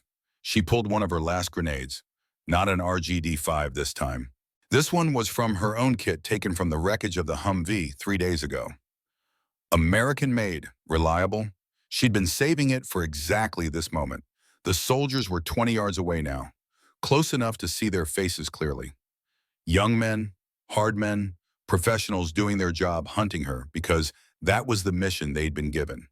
Kira pulled the pin, counted 1 second, 2, then threw. The grenade arced through the air in a perfect parabola and landed precisely where she'd aimed among a cluster of soldiers using a boulder for cover. The explosion was deafening in the confined space. Smoke and dust billowed, filling the canyon like fog. When it cleared, 4 soldiers weren't moving. 3 more were wounded, pulling back. But more were coming. Always more. Volkov's voice cut through the chaos, directing his remaining troops. "Final chance, Sergeant Brennan. Surrender now, and I'll make it quick." Kira checked her watch. 15 minutes had passed since Hawk's transmission. 5 more minutes. An eternity in combat. She had to last 5 more minutes. She looked at Cross. He looked at her. No words needed. They both knew what came next. They'd fight until they couldn't fight anymore. And then they'd fight some more. Because that's what warriors did. 300 miles away, Colonel Garrett Brennan sat in the co-pilot seat of an Apache attack helicopter, headset clamped tight, watching the Afghan landscape blur past below at maximum speed. They were pushing the aircraft beyond recommended parameters, eating up distance between the forward operating base and Kira's coordinates. 2 Apaches, 1 Black Hawk carrying a 6-man SEAL rescue team led by Chief Boone Harris. Everything Hawk had been able to pull together, with 30 years of favors cashed in simultaneously, bridges burned, careers potentially ended. Worth it. All of it. For her. The pilot warrant officer Torres glanced at him. "Sir, we're crossing into hostile territory in 60 seconds. Once we're over that line, we're committed. No political cover if this goes sideways." "I know. And the enemy force at the target could be 20-30 armed hostiles. We're going to be outnumbered on the ground even with air support. Chief Harris's team can handle it." Hawk's voice was steady, but inside his mind was racing. 31 years since Afghanistan. Since that night when Volkov had trapped him with nowhere to go. He'd escaped by doing the impossible. Killed 6 men in close quarters. Fled through a minefield using only starlight to navigate. Made it back to friendly lines more corpse than man. He'd sworn if he ever faced Volkov again, it would end differently. Now his granddaughter was facing the same enemy. The same impossible situation. History repeating itself like a curse that refused to break. The radio crackled. Kira's voice strained but controlled. "Hawk, actual, this is Ghost. Heavy contact, ammunition expended, enemy closing in. Whatever you're going to do, do it now." Torres looked at him. Hawk nodded once.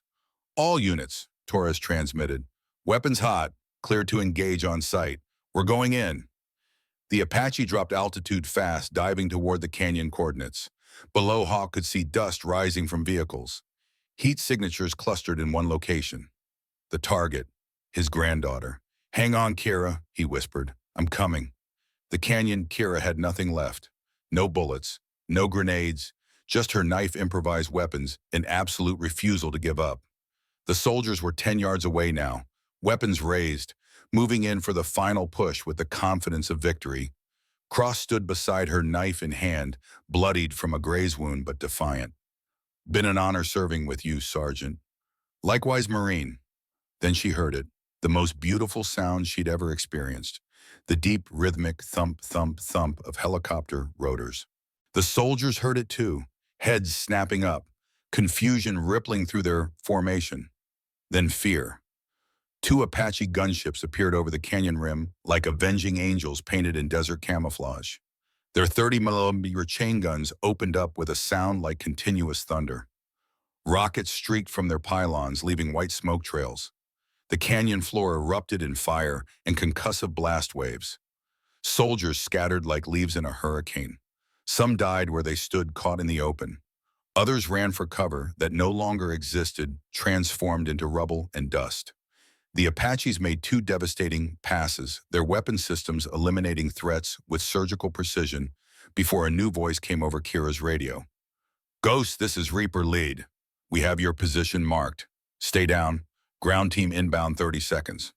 The Black Hawk descended into the widest part of the canyon like a mechanical angel rotors, creating a windstorm that threw up dust and debris. The fast rope deployed before the aircraft even touched down.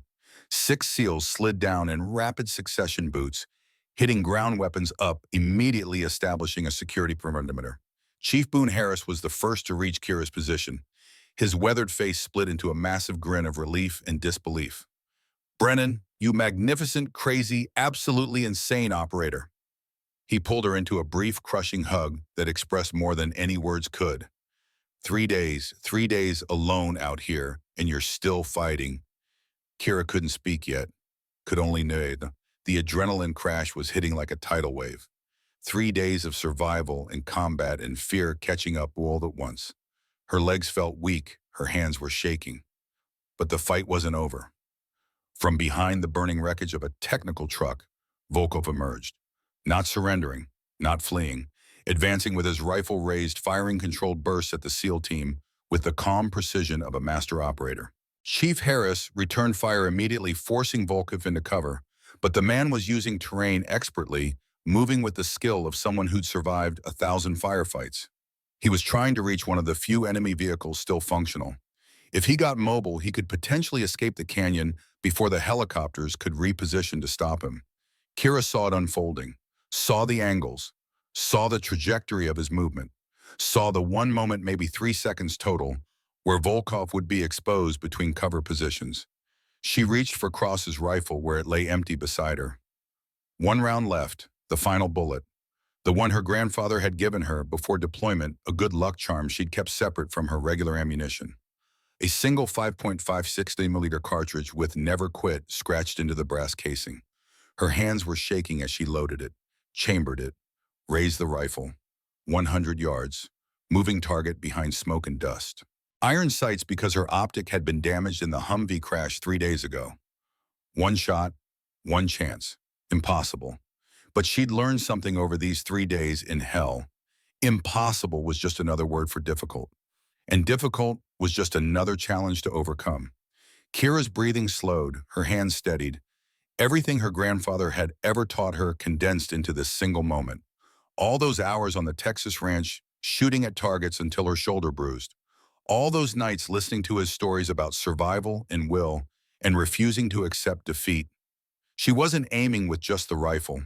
She was aiming with 20 years of training, with 3 days of survival against impossible odds, with the accumulated knowledge of 3 generations of warriors. She exhaled, found that perfect stillness between heartbeats, between breaths, between one moment and the next, squeezed. The rifle cracked once. Volkov staggered mid-stride. His rifle fell from nerveless fingers. He dropped to his knees, one hand coming up to touch his chest where the round had struck. Center mass. Through the heart. He looked toward Kira's position. Even from 100 yards away, she saw the expression on his face. Not anger, not pain, something like respect. Then he fell forward and didn't move again. The canyon fell silent except for the helicopter rotors and the crackle of small fires. Chief Harris stared at her, mouth open. "Did you just with iron sights at 100 yards?" "Yes." He shook his head slowly, something like awe in his expression. "Your grandfather is going to lose his damn mind when he hears about this shot." As if summoned by the mention, Hawk's voice came over the radio. He was in the Apache overhead coordinating the extraction, but his tone had changed from tactical commander to something more personal. "Ghost, this is Hawk Actual. We're reading all hostiles neutralized."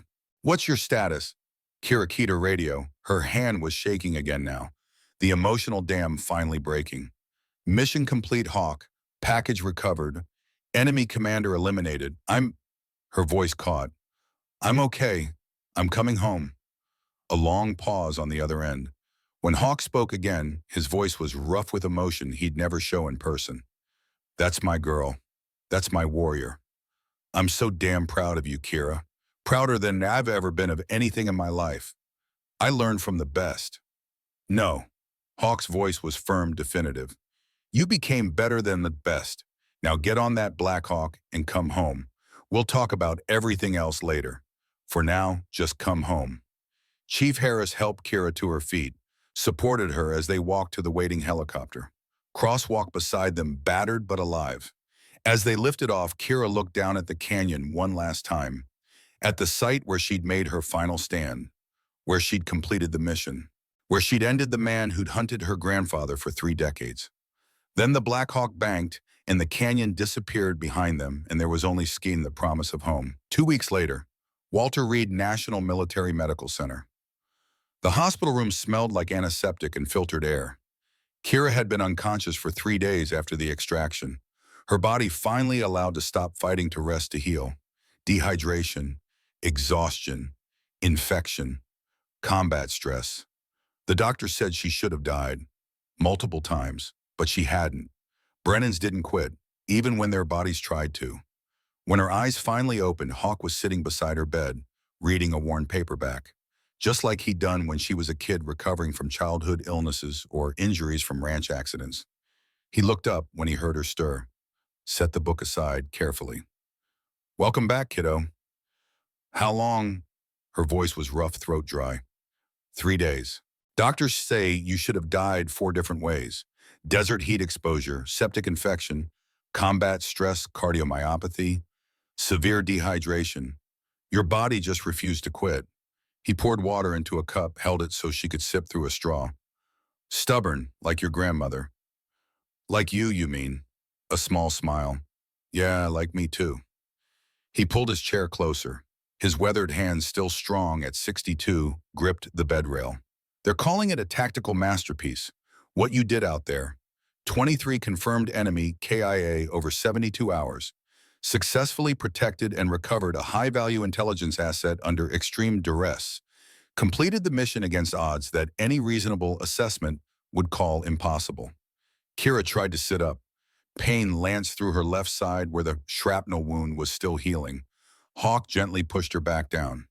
"Easy, you're still recovering." "Tell me about Volkov. Is he—" "Dead, confirmed. One shot center mass through the heart. The ballistics team analyzed the shot. 102 yards. Moving target. Smoke obscuration. Iron sights. Wind gusting to 15 knots. Hawk's voice carried something like wonder. "It's one of the finest shots in Nisao combat history. They're going to study it." "I had a good teacher." Hawk's eyes were wet now. He didn't bother hiding it. "The man who hunted me for 31 years. Who swore revenge on my bloodline. Who wanted to destroy everything I loved. You ended him with one bullet. Saved your own life. Saved Cross. Completed the mission." He had to pause emotion, threatening to overwhelm his control. "Your grandmother would have been so proud." "God, Kira, I'm so proud I can barely breathe when I think about it." "What about the team, Chief Harris?" "The others. All accounted for. Chief Harris sends his regards and says when you're healed, he owes you a steak dinner. The rest of the team, too. You're a legend now in the teams. The SEAL who survived 72 hours alone and came out a warrior." A weight lifted from Kira's chest. One lost Trevor Mills, but it could have been catastrophic. The mission had cost, but not as much as it might have. And cross the HVT. "Ethan Cross is alive because of you. The intelligence he carried prevented a coordinated attack on 3 forward operating bases. The enemy was planning to hit all 3 simultaneously. Would have killed hundreds of American soldiers." Hawk leaned forward. "Because you refused to quit, because you completed that mission, you saved more lives than you will ever know. They're talking about the Navy Cross." "I don't need medals. I just needed to finish what we started." "I know." Hawk squeezed her hand. "And that's exactly what makes you a SEAL. Not the physical training, not the tactical skills. The absolute commitment to mission completion. The refusal to accept defeat. That's what separates us from everyone else." Over the next few days, visitors came. Commander Dalton, stiff but genuine in his respect. Chief Harris, who brought flowers and terrible jokes that made her laugh despite the pain. Members of the SEAL team who treated her with a new level of respect that felt both earned and humbling. And investigators, because the mission had been compromised from the start and someone had betrayed them. Captain Mitchell came personally on the 5th day. His face was grim. "We found him." Lieutenant Commander Stevens, Dalton's deputy operations officer. He'd been selling intelligence to enemy forces for the past 18 months. $20,000 per mission package. Mitchell's jaw was tight with barely controlled anger. "The ambush that killed Corporal Mills and nearly killed you. He set it up. Sold your route, your timing, everything." Rage flared hot in Kira's chest, making her heart monitor spike. "Where is he now?" "Military custody. General court-martial convening in 30 days.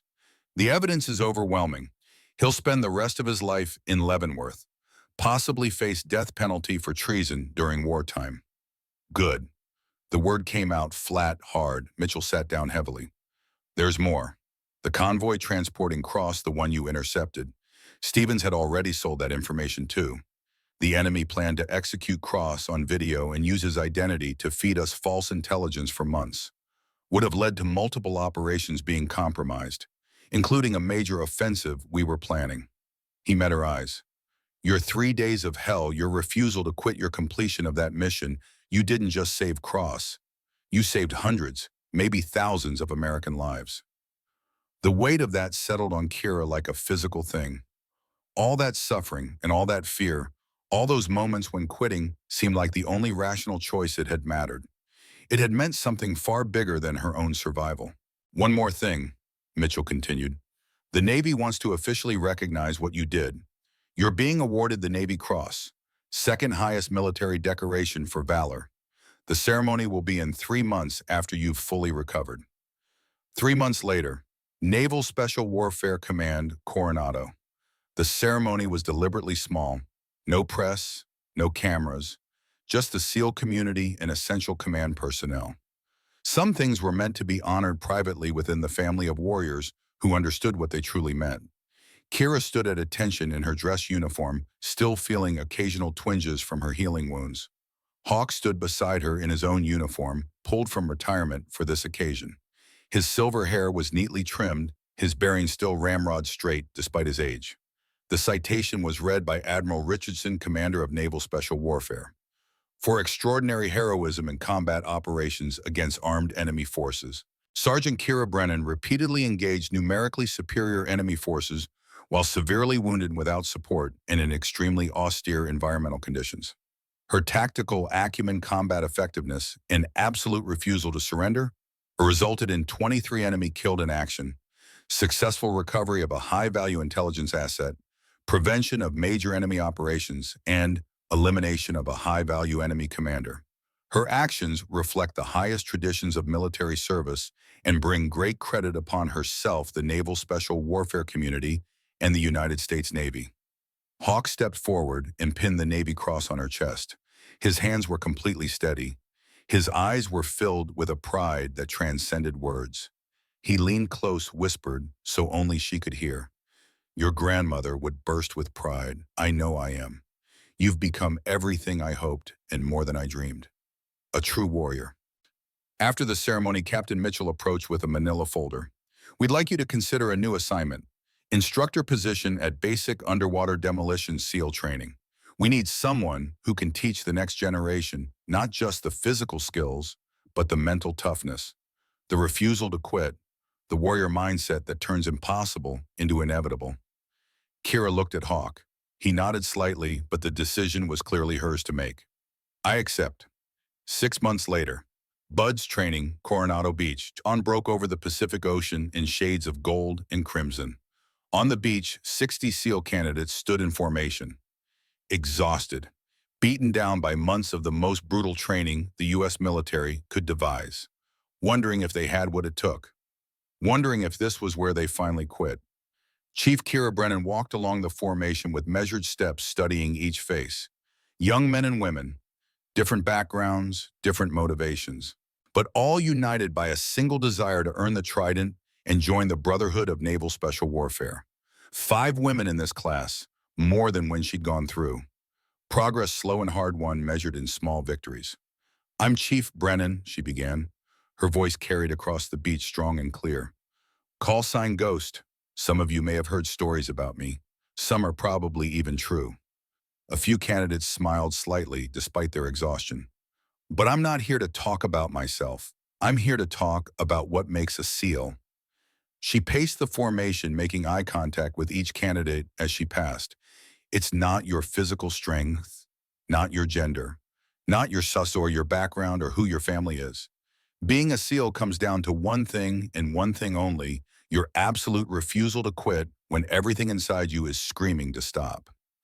She stopped in front of a female candidate who looked ready to collapse, saw the desperation in her eyes, the wavering will.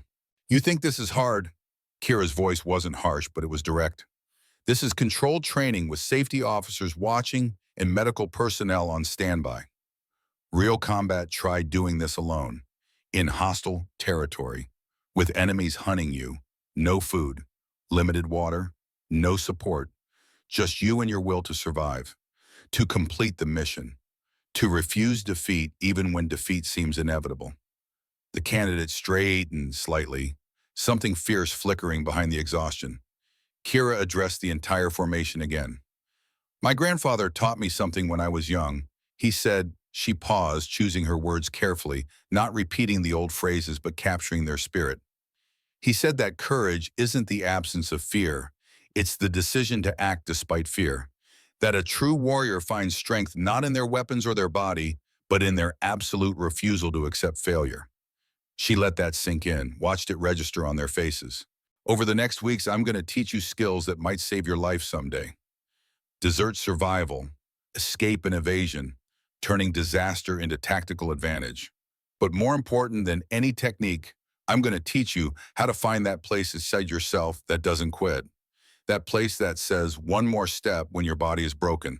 That says one more breath when your lungs are burning. That says one more mission when the world tells you it's impossible. The sun climbed higher. Heat built.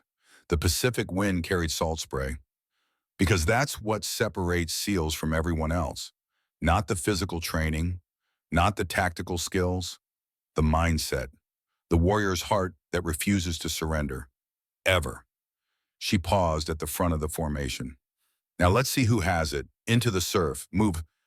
The candidates ran toward the ocean, some strong, some struggling, all pushing forward. Kira watched them go, seeing herself years ago in their determination and their doubt. Knowing that some would quit, some would be injured, but some, the ones with that warrior's heart, would make it through, and she would be there to guide them, to teach them, to pass on what 3 generations of Brennans had learned about survival and sacrifice and never quitting. 1 year later, West Texas, the ranch hadn't changed. Same weathered fence posts, same endless horizon, same Texas sky that seemed to stretch forever. Kira sat on the porch with Hawk cold beers in hand, watching the sunset paint the desert in impossible colors. Peace hard-won and precious, settling over everything like a benediction. You hear about the latest Buds class? Hawk asked. 7 women graduated this cycle. 7. That's a new record. They earned it. Same standards as everyone else, no exceptions. I know. He took a long drink. You know what I'm most proud of? Not the Navy Cross, not the 23 kills, not even surviving those 72 hours. What then, Bipam? That you came home and immediately dedicated yourself to building the next generation, teaching them, passing on the knowledge. That's legacy, Kira. That's what endures after we're gone, not the medals or the missions, the people we train, the knowledge we pass forward. She thought about her students, the ones who'd struggled and persevered, the ones who'd quit and then came back stronger the next year, the ones who'd earned their tridents and gone on to operational teams carrying forward what she taught them. You taught me that, she said quietly. Everything about being a warrior came from you. Maybe I taught you technique, but that heart, that stubborn, relentless, absolutely refused to quit heart, that's pure Brennan bloodline. That's what we pass down generation to generation. Inside the ranch house, they could hear Kira's 9-year-old niece Riley watching television. Hawk's great-granddaughter, the next generation of the family line. Think she'll want to be a SEAL someday? Kira asked. Maybe, maybe not. But if she does, she'll have the finest teachers in the world to guide her, show her what's possible when you refuse to accept limitations. 4 generations of warriors. 5 if you count my father. Korea, 1951. Hawk's voice softened with memory. Each generation passes something down. Skills, values, stories. The knowledge that you're part of something bigger than yourself. Something that transcends individual lives. Night fell across the desert. Stars emerged brilliant in the unpolluted air. The same stars that had guided Kira through hostile territory. The same stars that had watched over Hawk in Afghanistan decades before. The same stars that would guide future warriors through their own trials yet to come. Kira raised her beer bottle. To the warriors who came before us, and the ones who'll come after. Hawk clinked his bottle against hers. And to the ones who refuse to quit, no matter what the world throws at them. They sat in comfortable silence as the desert night deepened around them. Somewhere in the house, Riley was asking her mother about Aunt Kira's medal displayed in the living room, about what it meant, about what her aunt had done to earn it, the stories being passed down, the legacy continuing. Inside, Kira could hear her sister explaining in simple terms about courage and duty and never giving up, planting seeds that might grow into something extraordinary years from now. Hawk glanced at her. You going to tell her the real story someday, when she's old enough? Maybe, if she asks. Kira smiled slightly. Or maybe I'll just take her out to the desert, teach her to shoot, show her how to find water where none seems to exist. Let her learn the way we learn by doing, the Brennan way, the only way. The stars wheeled overhead in their eternal dance, the desert night wrapped around them like a blanket woven from silence and memory. Kira thought about those 72 hours. The fear, the pain, the moments when quitting seemed like the only rational choice, and how she'd found something inside herself she hadn't known was there or maybe had always known, but never tested. The absolute refusal to surrender. Not because she was superhuman, not because she didn't feel fear or pain or desperation, but because 3 generations of Brennans had taught her that warriors don't quit. They adapt. They overcome. They find a way. Always. And now she was teaching that same lesson to the next generation, passing the torch, building the future. The mission continued. It always would, because that's what warriors did. They survived. They taught. They endured, generation after generation after generation, until the stars themselves burned out.